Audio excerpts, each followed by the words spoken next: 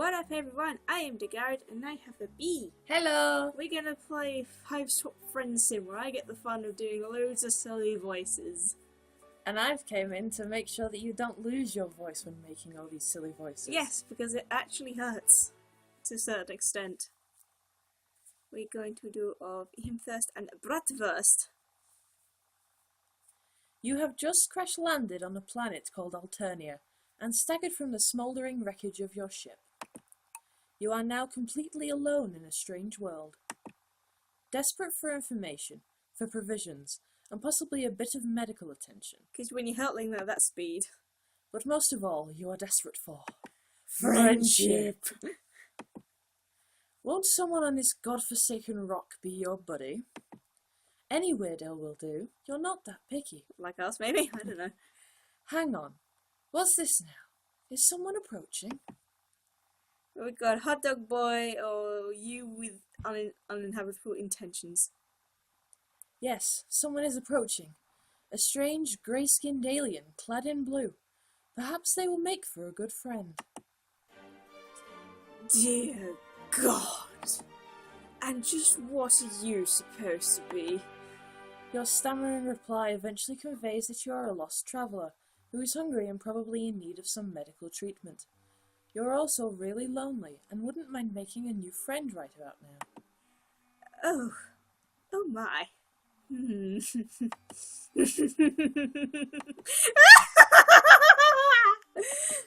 Oh, how funny this is. How very droll. You want to be my friend? It's too much, this thing at my doorstep, wishing to know me in any capacity. The hilarity somehow escapes my ability to capture with maniacal laughter. How rare. Okay, it's fun to do the voice of the lich guy. You apologise for your presumptuous request. You hang your head, turn around, and begin to walk away. And just where the fuck are you think you're going? See, I make these interrupts and then I don't even do it right. And just what the fuck do you think you're doing? Who invited you to leave? You stop in your tracks obediently and turn to face her again. Your possibly broken ribs are throbbing in pain, but this does not strike you as the right moment to exhibit weakness. Really, when you're up against ceruleans? It dawns on me that we may have gotten all for the wrong saunter pod. Where are my manners? Ghastly behaviour on my part. After all, it isn't your fault. You seem to be some sort of hideous freak, is it? Such a tragic creature cannot be held responsible for such a devastating shortfall of social competence. I would weep for you, really. Except that crying out of three eyes at once gets a bit messy. So instead, I think I'll be saving my tears for someone less offensively worthless. You aren't sure if she's inviting you inside, or if she just got you to stay a little longer so she could insult you some more. Probably the latter. You try to remain stoic, while your confrontational new friend decides what to do with you. Unfortunately, you sniffle slightly. Probably because you conked your nose on the way out. Oh my, oh dear, you're sad. So amusing to me, mildly endearing even. Perhaps I'll decide later if it's endearing. Once I have more information, it's entirely possible that I will retroactively decide it's disgusting. But for now, try to put yourself at ease. You're completely pitiful fool. Not one more sniffle. You understand? How about one more? You nod whilst practicing exemplary control over your nose. I miss words. Hard words. Yeah, Homestuck and all those are just full of esoteric ramblings. You've gotten yourself so agitated. I wonder why. You have nothing to worry about from me. Of course, I will be your friend. Contractually, I mean. Conditionally. Conditionally. See, I can't words, especially when it comes to quirks like this. More eyes than a captor. Conditionally, I mean, there is a chance that the designation will be formalized if you behave in ways that I approve of. Starting now. Let's call it a friendship in progress, agreed? Your heart swells. This is what you've been waiting for. A new friend, oh gosh! All you have to do now is try not to fuck anything up at all. Possibly for many hours. Probably. Ooh, who's that in the background? Is that a Lucis or is that just space being weird? I don't know. It might be just space being weird. Come into my hive. This way, after me. You look like you could use nourishment. We don't get any. I don't know what it is that whatever you are eats, generally. But it doesn't matter. You'll eat whatever it is I have on hand, if I tell you to. How does that sound? How does it sound? Sounds good. I'll do whatever you say. Well, we're probably desperate at this point. And yes, food, please! Obviously, it sounds good. You'll definitely enjoy it. You'll enjoy everything I provide you with and tell you to do. I can't imagine any sort of negativity or disagreement coming from one of my friends. I would assume that we share this philosophy when it comes to friendship. You say, oh yes, absolutely. You nod as enthusiastically as you can without aggravating your broken ribs. Well, it's probably gonna hurt anyway because the ribs are attached to the spine is your neck. You consider giving her a thumbs up as well, until you realise one of your arms is probably broken too. You'll try to make sure she doesn't notice though. It would probably leave a bad impression. She's easy to sully impressions with, these guys. Come with me. There's something I need your help with. George Lucas style swipe. You follow her into her hive. It's a bit gloomy in here. You suppose she's going to fix you something to eat soon, as promised. You pass through her kitchen and, out of the other side, to another room. Okay, you guess dinner can wait. This way. Try not to let any of your broken limbs slow you down. A good friend wouldn't allow such trifling physical ailments cause me any inconvenience. Oh, so you guess she does know you're injured. Fair enough. You hobble it a little faster, through another door, into a much darker room. And now, down a flight of stairs. Oh, she's taking out her fungin. It's hard to see. There are torches along the wall ahead. A monstrous noise rumbles below. These meat hooks are giving me concern, but They're giving me Until Dawn vibes. Don't mind her. She's just hungry. She's always hungry, though. What kind of Lucis have you got? Probably some kind of arachnid, or maybe insectoid, probably a tick. Giant tick. That sounds disturbing. Hey. What's that? You're hungry too? I have not forgotten. What sort of piece of shit friend do you take me for? You didn't remind her that you're hungry. You thought it, though. Can she read your mind? You hope not. That's going to make this friendship in progress a bit awkward. Oh great, more ceruleans who have mind powers. Here we are. This is where you'll be most useful to me as a friend. In the dungeon. In the fungin! You look around. With a sense of relief, you see no sign of whatever hungry thing was grumbling down here.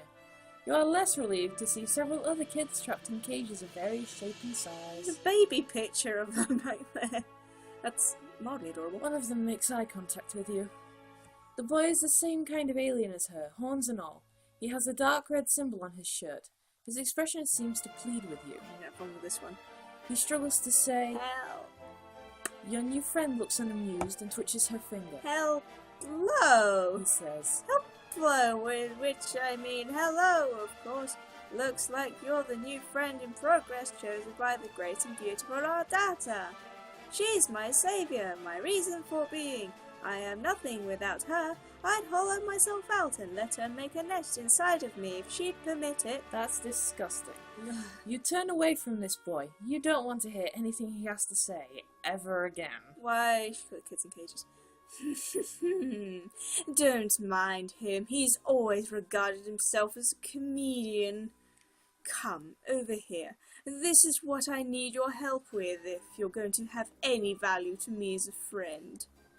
You're led to a dark corner of this... well, you're going to call it like you see it. This dungeon.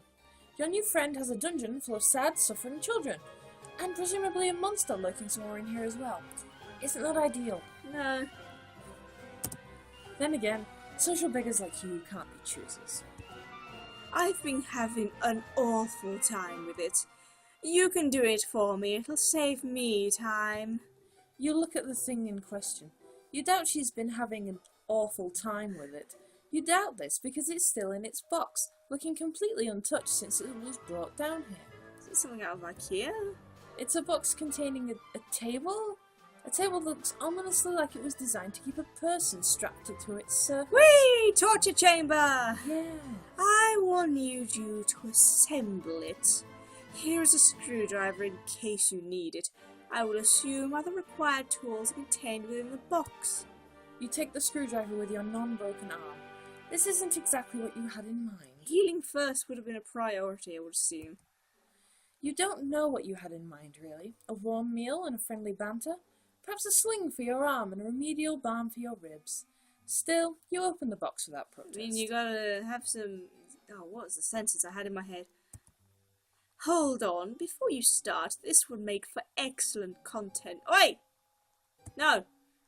My fans will appreciate this. She sets up a video recording device on a tripod and points it at you, ready for plagiarism. A video feed comes to life on several monitors just behind you. You see in one corner of the screen an unflattering angle of your torso hunched over the furniture It box. does look like a tick. It does. Or some kind of tarantula. But a tarantula may be that big for a grub that small. It looks weird. Yeah. Other rectangles contain shots of the other kids in cages around the room. You suppose cameras are pointing at them too. You had no idea this friendship came with the perk of instant stardom. Instant stardom, you mean torture points? Yeah. Now you may begin. She's suddenly sitting in a comfortable-looking chair facing you and holding a chalice, sucking out some viscous liquid it contains. I would have thought chalices would have been juggalos upwards. Yeah. It sounds like their kind of thing. You have all the parts spread out on the floor, organised according to their labels and the instructions. I'm surprised you can read Alternian. You try to remember the last time you assembled something like this, your last trip to IKEA. You don't recall enjoying it. To be perfectly honest, this doesn't look like it will be fun at all. She frowns conspicuously. Well, at least IKEA doesn't supply torture devices, but This then is- again, this this is is true. Alternia where torture is normal. Yes. Oh, how sad for you. I'm sorry, is this activity not to your liking? You reassure her vigorously that no, it actually looks amazing. You love shit like this. What? It's what you were born for, you Wait. say, as you swoosh a screwdriver around, demonstrating your plainly evident skill with the tool. Yes, because that's how you screwdriver. Oh, what is Forget it? the thing you just thought. Completely arbitrary and wrong thoughts pop into your head all the time. It meant nothing, you swear. Yes, I hear that a lot. Continue. You open the little bag full of screws. Jesus, there are like 50 screws in this thing. Where could most of these screws possibly even go? Judging from the picture, the table really doesn't look all that complicated. Stuff from Argos is less complicated than this. You look at your screwdriver, then study the screws. Oh, fuck. How do I back on this thing? Well, the screwdriver requires like an Allen wrench. Yeah, blah blah blah, Allen wrench is needed. You look around, but don't see one. Did you open the bag too forcefully? Did the Allen wrench go bouncing off into a dark dungeon crevice nearby? Maybe you just lost some of the screws too. Damn it. You begin to sweat and look around nervously. You check underneath one of the parts. No, it's not under there. You grip the screwdriver a little tighter. You wonder what to do next. At this point, you may as well just bail out from there. First, you clear your head and try to think innocent thoughts. Fluffy clouds in the sky, ironing some clothes, a winning touchdown pass from the sports. What? Ardata's long black hair spilling over her cloak. Oh my god. Oh, wait, these are not innocent thoughts. Shut it down, shut it down! Trash it all down, this is Ghostbusters now. There's no time for thinking, you have to act. You hurl the screwdriver at her and run. She calmly lifts her hand towards one of the kids in the cages. The kid tenses up and lifts her hand in the direction of the screwdriver. The screwdriver freezes mid-air, right in front of So Ardata's she is head. one of those psychics, only she's mind controlling the Rust boy to use his telekinetic abilities to freeze the thing. Yes. Oh, I just hate it when trolls do that. You run up the stairs. She touches a finger, the cage kid does a full body spasm, and the screwdriver goes sailing towards you. It stabs you deep into your leg, Whee! and you buckle over, tumbling backwards down the stairs. Oh, not the stairs! You're a crumpled heap at the bottom of the stairs, bleeding, and you think your arm is broken in two places now. Fun! That didn't seem very friendly to me. Luckily for you, I'm very determined to make relationships work, even with ones with people who flee simple furniture assembly projects. She stands over you. You attempt to pull the screwdriver out of your leg, but your entire body locks up. You can't move. She holds an outstretched hand just above you. Now that's the thing. MSPA Reader is a quote-unquote human-esque. I think he looks more like a carapace. But as far as I know, troll telepathic powers like that shouldn't work on humans. It should just make you fall asleep. Unless it just means that Ardata is better than Vrishka. That is likely. She has more eyes. You shouldn't try to move yet. And you certainly shouldn't try to pull out that screwdriver. You'll get heme everywhere. You're wondering why? We have hemophobic members of our audience and our personnel. Hello. So I am trying to be hemophobic friendly. And that's hard when you have a game like this and a universe like this, where this kind of thing has meaning and importance. Yeah. For social status. Status. Hang on. Fake plastic. It's fake plastic. That was me and my sister. To my three little eyes, under the present conditions, it seems to me that the only one of us should attempt walking up these stairs. You can carry me, that'd be nice. You feel relieved. Perhaps she has some alien means of levitating you up the stairs? Wait, no. Your body is tensing up again. It's moving without your permission. You get to your feet without taking the screwdriver out. Wow, that hurts. What is she making you... Wait, what? She can't be. Hi, bet you're close. You use both of your arms and all of your strength to pick her up entirely. The pain from your arm is excruciating. Arms with broken bones are not meant for heavy lifting. The additional weight on your wounded leg isn't great either. Madam Ceruleans. You hold her as a groom would hold a bride. She wraps her arms around your neck to hang on to you in what strikes you as an overly familiar manner. She looks directly into your eyes and grins. She's even got the spider teeth. This is better. Now, onwards and upwards, new friend. See, she's got the spider teeth. Your legs begin to operate without your consent. They wobble and struggle under the weight. The wound throbs. You lumber back up the long flight of stairs, carrying her all the way. Why do we ever think this is a good idea? You take her back to the kitchen and set her down in a chair seated at the table. You didn't think I'd forget about dinner time, did you? Let's put your unfriendly behavior behind us. It's a good thing for you that I'm benevolent enough to overlook disgusting acts of betrayal. You may have noticed I keep several friends in my hive who I have similarly forgiven. Consider the transgression beneath the abattoir. You exhale. Now that she mentions it, yes, you are hungry. Maybe a warm meal will lift your spirits and get this heretofore turbulent friendship back on track. Maybe you'll even get the chance to pull this screwdriver out of your leg. I just had to take a moment to figure out what she just said. It's basically saying, water under the bridge. Yeah. You pull out a chair and attempt to sit down, but your legs lock up and then you stand again. Apparently this was not the right thing to do. Oh, but why are you sitting? There's cooking to be done. You stagger mechanically over to the fridge and open it.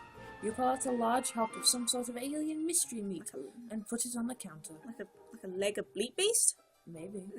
It's probably the only thing I'd imagine being a hock. Or With ham your- hock. With your broken arm, you reach in anguish for a big dangling meat cleaver. You chop the hook, wincing with each swing of the cleaver. Something like bleat beast or maybe grump beast. Some kind of hog. You place the sliced meat in the frying pan, sear it lightly, and serve it on a plate very rare, just the way your new friend likes it. You didn't know that's the way she likes it, but you surmise that this is what she prefers in a piece of meat, since technically she is the one doing the cooking. Puppeteer. You put it on the table in front of her, along with a fork and knife beside it. Your muscles relax, as you apparently are allowed to control your own body again. She does nothing, except for look at you with a pleased expression. Bitch, what do you want now? You eye the meat in front of her, then the meat on the counter, and the chair on the other side of the table. What should you do? Prepare a plate for yourself? Is that what she wants you to do? Well, it looks like you're confused. Isn't it obvious what to do next, under your own volition? A good friend would know what to do. In fact, I don't think a good friend would nearly take as long to decide what the right thing to do next is. It actually seems to me that a very rude friend would hesitate for as long as you're hesitating. Or perhaps someone who is not a friend at all. You begin to sweat again. You clearly don't have much time to make up your mind. If you wait for even a few seconds longer, you will probably be guilty of being a bad friend. Maybe even a dreadful one. Oh dear. That's not the type of person you like to think you are. What will you do? The only option. Straight up feed her. This feels like the only obvious thing to do. She is looking up at you quite expectantly. You reach for the fork with your good arm. You go for the knife with your other. Ow. You can't do it. The arm is much less serviceable when the muscles are not being forced via psychic override to regard the pain disregard the pain response. God, I'm tripping over my words. I just slur the words. Nevertheless, she looks at you patiently and smiles. That's nice of her, you think, not to be mad about it. You feel like you're growing closer to your new friend by the minute. Yeah, but when cerulean starts smiling at you nicely, that's when you should be worried. Yeah. They're like piranhas. You put the fork down and pick up the knife with your good arm. You cut the meat into several pieces with a careful sawing motion. How do you do that? You need like a proper steak knife. But then again, I guess those are just normal knives. You put the knife down and pick up the fork and stab a piece. You put it close to her mouth. She seems pleased. Very good. Nice technique. Well-sized morsels, too. She chews the meat with excellent form. She has very good table manners, you think. When she finishes the pieces, you slice off some more and continue. Good table manners for someone who's not actually having table manners. It's like she's not the one who's actually doing the eating. She's just having bits thrown in her mouth. The meat looks very good. Your mouth is watering, but she doesn't offer you any. Oh well, when it's the right time for you to eat too, you're sure she will let you know. Wait, what's actually safe for well rare? Lamb or pork? Mood beef is apparently good if it's well rare. Yeah. I'd rather have my meat well done, so I know that it's cooked. But apparently that's heresy. I'd rather have mine charcoal. Crunch. Absolutely crispy. Crunchy. The meal is finished. There is no more meat, except for a few pieces of unchewable gristle, which you did not try to feed her. That would be thoughtless, very bad service. You immediately have to cut those and move them away. She reclines and steeples her fingers, looking quite pleased with how the evening has gone so far. I bet. You aren't sure why she's laughing. Did you do something funny? Oh my! What a fool! You point at yourself, wondering if she's referring to you. You don't know what you've done that was foolish. If so... Blah, blah. Let me try that one again. You don't know what you've done that was foolish, if so. You're also still not sure what she finds so amusing. I should probably listen to what's going on in your head.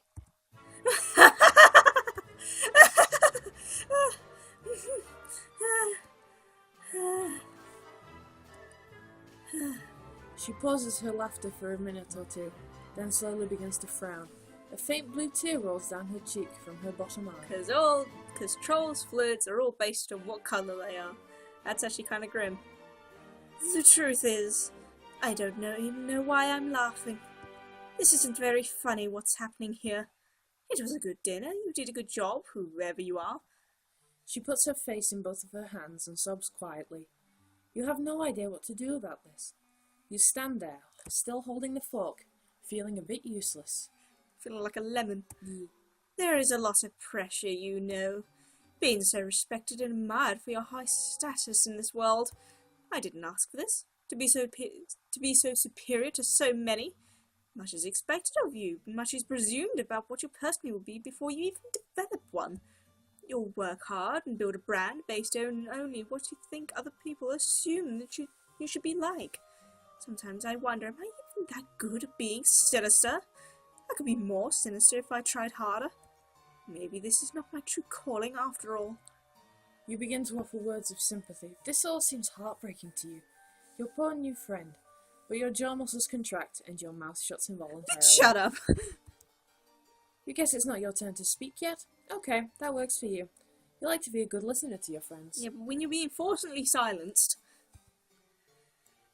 What would happen if I changed my brand? If I stopped being so sinister online? My friends and followers deride and reject me. My superiors will eat me alive. If I show weakness, if I scale back on my bloodthirsty content, will I incur the scorn of a wise-ass clown with 100 million subscribers? Will I be in a cage someday listening to a fucking fool honk his horn for likes? No, I must persist. How lonely it is to know this is all I can do, till the day I leave this planet. I have no material or sensory comforts left for me here.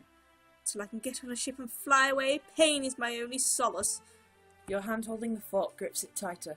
You're horrified to realise what it is in the process of doing. Oh boy, self-harm.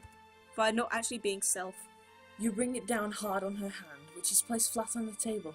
She doesn't flinch or react in any way. 3 trails of cerulean heme flow from the Tines? where they pierce her skin. I guess it's like an amalgamation of tiny lines. Maybe. Yeah, this is Alternia, so stuff like this happens. That wasn't friendly, you think? But then, you weren't the one who did it, were you? You're so confused. My subscribers are not real friends. They adore me only for my sinister content. Wait, what? They adore me only for my sinister content. That grammatically doesn't make any sense. Then again, I'm not the type of person who grammatically writes properly. I can't even talk. I think they just doubled the word. Well, for my sinister content, the show I provide, my wicked, infectious laughter. I get jealous of them sometimes, because they get to watch my content. It must be thrilling, I think, but maybe I'm just jealous of them because they get to be people who aren't me. This is fucking deep, I know. Apologies if you cannot relate. Nope, because we're not from this kind of universe. She pulls the fork out of her hand and lays it gently on the plate of gristle you didn't feed her. People downstairs in their cages aren't my friends either. They act like they're my friends though, and sometimes I even believe it. But they don't really want to be friends with me. Nobody does. The only person who's ever wanted to be my friend, who's only ever tried to be, is you. You clear your throat and point to yourself innocently. That's it. I've decided. You have passed the test. You will become my friend, officially. As such, I think a reward is in order. You are overjoyed. Your heart starts racing. You can't believe it. A new real friend. But you don't have much time to enjoy this achievement. Your body is doing something again. Wait. You bend down in a strained motion and pick up the plate and fork. You position the plate over your wide open mouth and scrape it all in the remaining gristle and begin chewing. No! I like chewy, but no! Oh boy. It's virtually inedible. Your mouth humours the act of chewing for 2 seconds, then you swallow all of it whole in one painful gulp. Gritty. Tastes like friendship. Blood. Do. It's like very thin MS Paint style, like it was actually done in MS Paint. Yeah. Wait, we made friends with a murderous cerulean who just needs views. As much as I am desperate, but if you put me in this thing, I'm considerably higher. I'm a pretty pink princess! What? God! Because I'm a Pisces and that makes me royalty, bitches. I'm... Yeah. Yeah. It means you take care of all the baboos. And I have to go out in the sunlight, apparently. Well, you don't have to. It means you're immune to being set on fire. Good! Set me on fire. Try it, bitches. So you just get terrible sunburn from staying up past dawn. You are gonna have to edit so many things out of this. No, keep it all. It's wholesome and fun. No, we're gonna have fun with We're this. not professional here. I am not professional at all. I need to work on this. At least I feel like I should. Anyway, that's just 1 of 2 of Volume 1. There's 9 more volumes to go, which means we have 17 more characters to say hello to. One of them you're very excited to. my buff wife. The buff wife. At least 3 of them I get fun to voice. We would have so much fun to do that, won't we? Yes. But thank you so much for watching. Stick about if you want to see some more fun friendship and me doing stupid voices. But for now, just sit tight and stay shiny. Bye bye!